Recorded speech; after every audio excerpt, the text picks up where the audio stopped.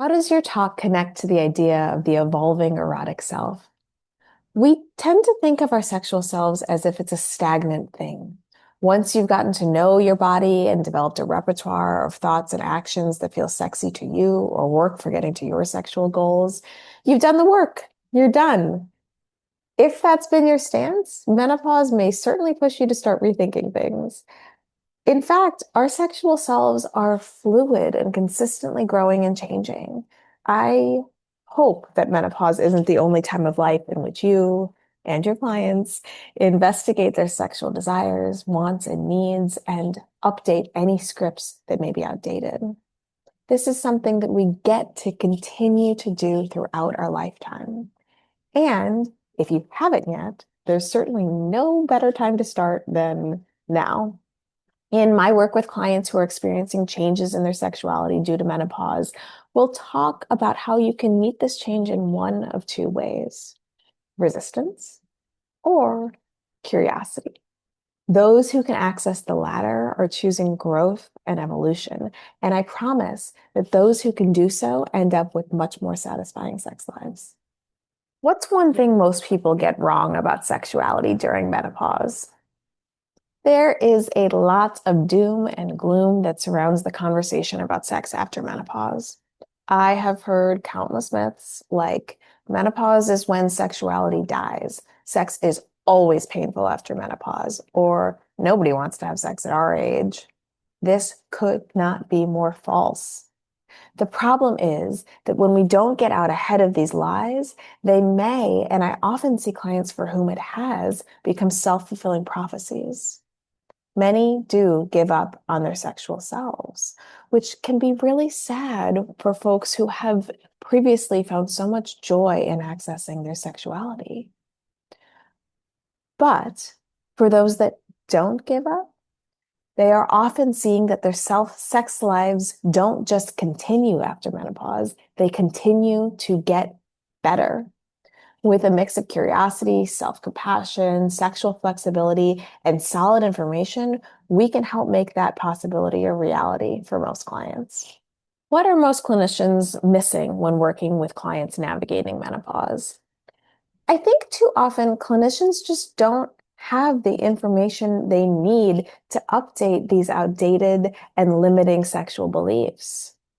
Meeting our sexual selves with curiosity doesn't mean just accepting it as the new normal. Clinicians are far too often colluding with the idea that suffering is inevitable after menopause, or it's just part of being a woman. Ugh.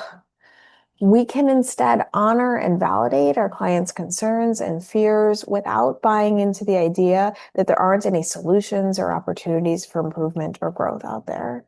Clinicians are often the first to hold the hope for our clients and challenge these limiting beliefs that keep them stuck. And I think this is our responsibility. Menopause care isn't what it was a generation ago. I do think we owe it to our clients to be up to date on best practices for care of menopausal symptoms. Because in the end, taking care of our bodies and advocating for ourselves medically is part of self-care. It's part of bodily autonomy, which is our right.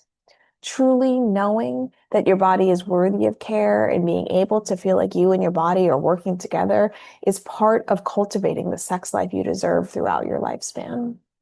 How is the idea of getting back to normal a myth? How would you help clients avoid their desire to get back to normal when their previous baseline might not be something they can return to? As a sex therapist, I am very used to clients saying, I just want to get back to how things were before. The problem is that it's this exact mindset that often keeps us stuck. The desire to go back and the resistance to letting go of the past prevents us from actually moving forward. Evolving our sex lives as our bodies change does take some acceptance that things have changed, and that may mean grieving what we're leaving behind. Maybe that's recognizing that an afternoon quickie doesn't really work for you anymore, or that orgasms without the help of a vibrator don't feel as accessible. Part of the therapy process may be returning to the past as a way to explore. grieving the pieces that we can't take with us and letting those go, but also noticing parts of our sexuality that we can take with us, or adapting those things for which our bodies and relationships are now. We can honor that process of returning to the past for information alongside curiosity and hope for what the future holds. Both and. How does menopause reshape, not just reduce, sexuality? Leaving behind aspects of your past sex life may also mean leaving behind things that weren't really quite working for you in the first place. One thing that we have to say for menopause is it really doesn't let you get away with bad sex. Post-menopause and as we age in general, we tend to see a shift in sexuality towards being more self-focused, maybe slower and grounded more in sensuality, being less performance-focused, increasing self-awareness, self-confidence, and communication. These are all things that we know that have been shown in the research to improve sexual pleasure, libido, arousal, and orgasm at any age. I often hear from clients after they've done this work, I wish I'd learned all these things when I was younger. The good news is, it's never too late.